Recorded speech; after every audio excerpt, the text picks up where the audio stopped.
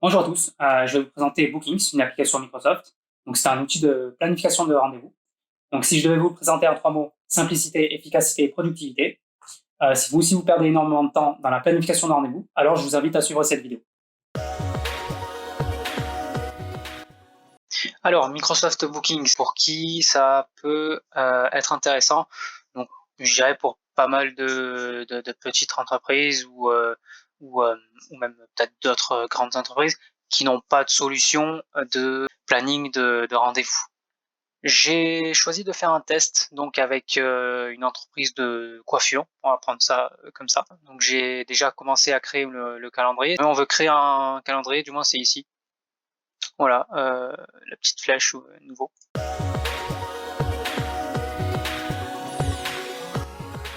Ici, on a la page de réservation. Enfin, du moins, c'est page de réservation, mais en gros, c'est ici qu'on va personnaliser la page de réservation qui va être la vitrine de notre prise de rendez-vous. Voilà. Donc, je l'ai déjà ouverte. On peut déjà ici voir même le lien qui doit être partagé pour accéder au calendrier, en fait, pour accéder à cette page-là de mon coiffeur, l'entreprise Mon Coiffeur. Donc, c'est mon salon de coiffure. J'ai déjà fait quelques personnalisations, c'est-à-dire que j'ai créé des services, on va y venir plus tard. J'ai aussi créé des employés qui vont du coup faire la coiffure. Donc on va y retourner plus tard. Je reviens sur la page de personnalisation de notre page de réservation. Voilà, donc on peut choisir la couleur de notre page, c'est assez basique en fait. Hop, je décoche cette case-là. Ça, c'est très intéressant en fait, parce que par exemple sur notre salon de coiffure, après avoir coiffé une personne, on peut se dire que on va pas prendre un rendez-vous tout de suite. Forcément, il faut laver le matériel, il faut nettoyer. Voilà, bon, on a besoin d'un peu de temps avant d'avoir le prochain rendez-vous. Et ça se fait en fait tout simplement ici en définissant un intervalle de temps qu'on va avoir besoin entre chaque rendez-vous.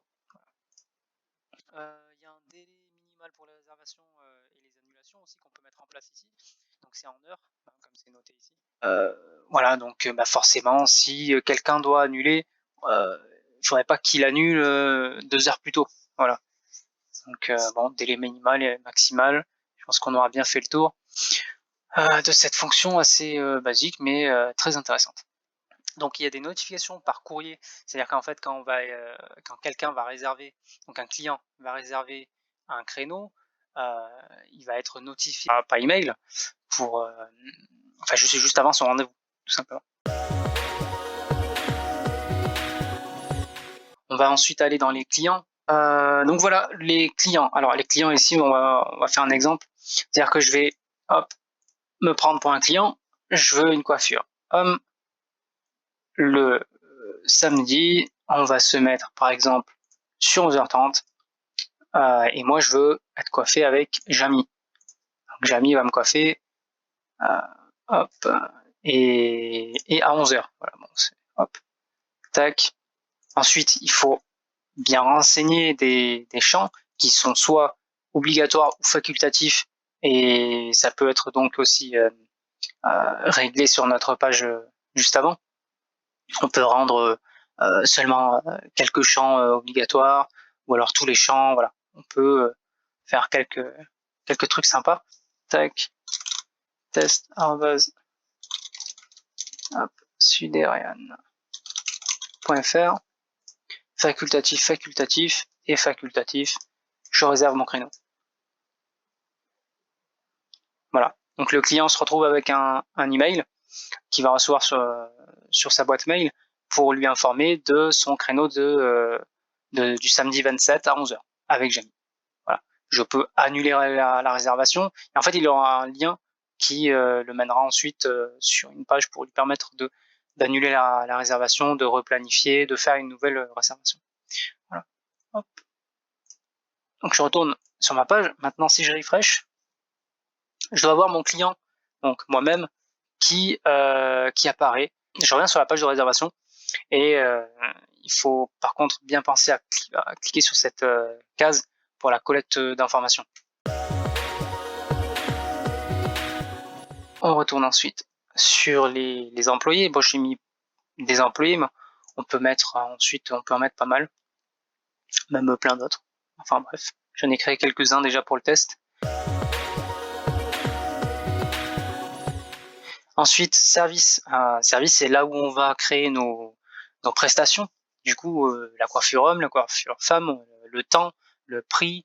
On peut aussi affecter une personne directement à un certain type de coiffure, par exemple, qui a, je sais pas, on peut dire que Fred il fait les chignons, mais Jamy il sait pas les faire. Donc forcément, on va affecter pour le coup directement Jamy.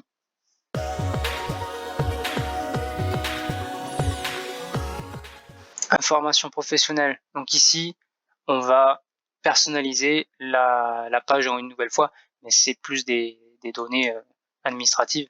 Donc le nom de l'entreprise, l'adresse, le numéro de téléphone, etc. Voilà, la devise, enfin voilà. Le logo, c'est aussi ici. Hein, j'en ai mis un déjà, mais on peut le modifier, on peut faire ce qu'on veut. Les heures d'ouverture, on peut régler les heures d'ouverture ici.